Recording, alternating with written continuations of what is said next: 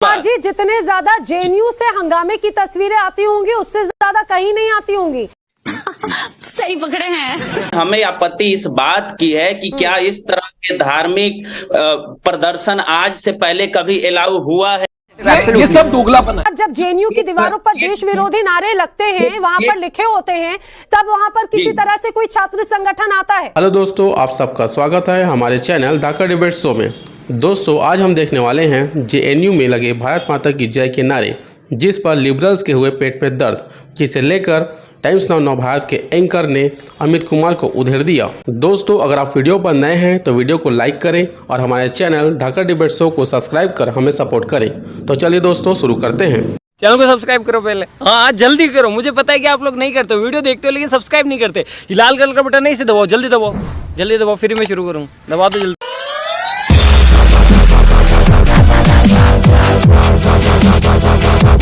अमित कुमार जी, आप ही से करना चाह रही हूँ, आखिर ये क्या हो रहा है जेएनयू में? अगर भारत माता की जय के नारे लग रहे हैं तो आखिर क्यों आपत्ति हो रही है लोगों को? सभी वक्ताओं को नमस्कार। निवेदिता जी, आपको भी नमस्कार। ठीक है। सबसे पहली बात ये जी, अच्छा, नैना जी नमस्कार। मेरा ये कहना है कि भारत माता की जय से किसी को इनकार नहीं है, किसी को उससे विरोध नहीं है, ठीक है। हमारा ये कहना है कि यह, जब आप ये कहते हैं कि यह इंस्टीट्यूशन, यह संस्था पब्लिक फंड से चलता है, पब्लिक के पैसों से चलता है, तो जो स्टूडेंट्स जिनका जो कंसर्न है, हमारा फीस संबंधित कंसर्न है, हॉस्टल के रिपेयरिंग से संबंधित मुद्दा है, पानी से संबंधित मुद्दा है, अरे कहना क्या चाहते हैं? तो उसी जगह पर उन छात्रों को इन मुद्दों को उठाने की इजाजत क्यों नहीं दी जाती है? दूसरी बात जी, जितने ज्यादा जेएनयू से हंगामे की तस्वीरें आती होंगी उससे ज्यादा कहीं नहीं आती होंगी, और आप यहाँ पर ये कह रहे हैं कि आवाज उठाने की इजाजत नहीं है। हम देखते हैं कि किस तरह से आए दिन कभी किसी तरह की नारेबाजी होती है। अगर उसी, आप जिस शैक्षणिक संस्थान की बात कह रहे हैं, भारत माता की जय के नारे लग गए तो इतनी आपत्ति हो गई। ये बड़ी अच्छी बात कही आप।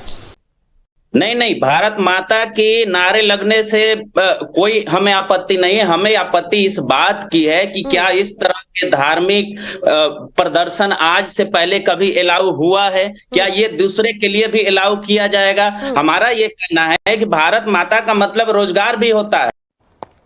ये तो लेटेस्ट न्यूज़ है। भारत माता का मतलब मुझे एक बात बताइए अमित कुमार, जब जेएनयू की दीवारों पर देश विरोधी नारे लगते हैं, वहां पर लिखे होते हैं, तब वहां पर किसी तरह से कोई छात्र संगठन आता है? मुझे एक बात बताइए, वहीं पर ही जब धर्म विशेष को लेकर नारे लगते हैं, भारत की संप्रभुता पर जिस तरह से प्रहार होता है, तब आपका कोई संगठन आता है आगे आवाज उठाने के लिए? अरे बाप रे, ये तो धोती खोल रहा है। नैना जी, एक चीज का मैं करेक्शन करना चाहूंगा।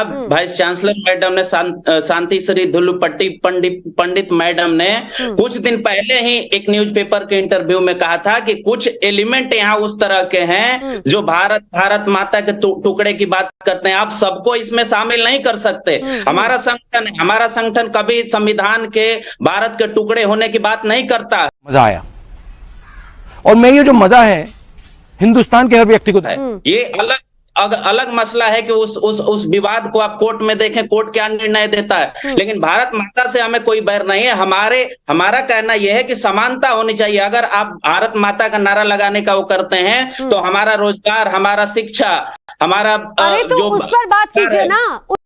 रुको जरा, सबर करो, उस पर बात कीजिए। आखिर क्यों इस तरह से जेएनयू को एक तरह से एक अलग तरह का अखाड़ा बना देते हैं, राजनीति का अखाड़ा बना देते हैं? वहां पर फ्रीडम फॉर कश्मीर के नारे लगाए जाते हैं, तब किसी की आवाज, तब किसी की कानों तक, जू तक नहीं रेंगती। मैं इसका जवाब लेना चाहूंगी एक बार निगत अब्बास से। निगत अब्बास, जिस तरह से बार बार इस बात पर जोर है कि जेएनयू जो है पब्लिक फंडेड यूनिवर्सिटी है, वहां पर भाई शिक्षा के अलावा सारी चीजें एक तरह से नजर आती है। हमने देखा कितने कई ऐसे खासतौर से कई ऐसे प्रबुद्ध जन हैं जो जेएनयू से ही पास आउट हैं।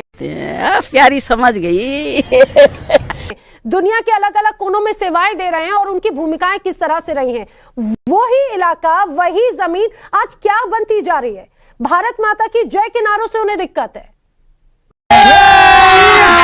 अभी मजा आएगा ना भिड़ो। बिल्कुल नैना जी, और भारत माता की जय, वंदे मातरम, जिसको कहने में हर भारतीय का सीना चौड़ा हो जाता है। मैं पूछना चाहती हूँ, अमित जी यहाँ पर बैठे हैं, कि कि भारत तेरे टुकड़े होंगे इंशाल्लाह इंशाल्लाह के नारे के साथ साथ ही कहा जाता है भगवा जला दीजिए। भारत के अभिन्न अंग कश्मीर को इंडियन ऑक्यूपाइड कश्मीर कहा जाता है, यानी पाकिस्तानी भाषा का प्रयोग किया जाता है। समझ रहे हो? समझ रहे हो आप? समझ रहे हो? शर्जिल इमाम को जीएनसाई को आजाद करो ये कहा जाता है। देश के प्रधान सेवक आदरणीय नरेंद्र भाई मोदी जी के लिए कहा जाता है कि मोदी तेरी कब्र खुदेगी। सब ये सब चुप्पी साध कर बैठे रहते हैं, इनमें से कोई विरोधाभास नहीं करता है। आज सवाल ये है कि क्यों लगातार जेएनयू एक ऐसी यूनिवर्सिटी बनती जा रही है जिसपे दीवारों पे स्लोगन जो कि आप देखिए दिसंबर पिछले साल की ही बात है।